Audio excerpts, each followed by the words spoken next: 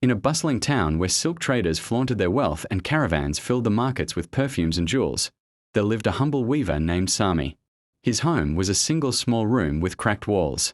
His loom, old and squeaky, was his only treasure. Despite his hard work, Sami earned just enough to buy bread, a little oil, and sometimes lentils.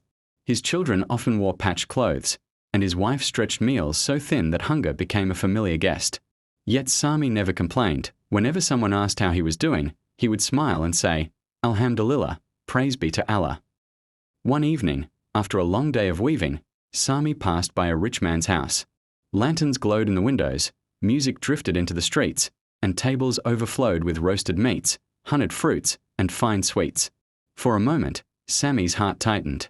He thought of his children, who had eaten only dry bread. He whispered, "Why, Allah, why do they feast while we hunger?" That night, he dreamt. He saw the day of judgment. The rich stood in long lines, weighed down by mountains of gold and silver. Angels questioned them, "Where did you earn this?" They trembled, unable to answer quickly. Their reckoning was long, their steps to paradise delayed.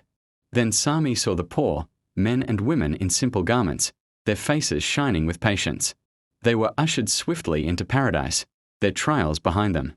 He heard a voice recite the words of the Prophet.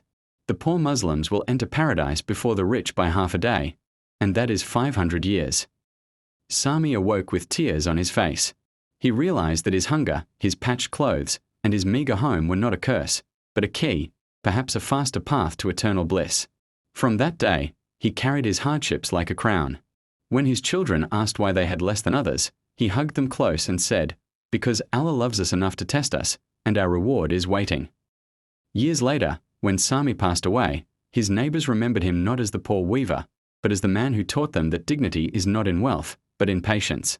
And perhaps, in that unseen world, Sami walked into paradise ahead of kings, his empty hands heavy with faith, his poverty turned into eternal wealth.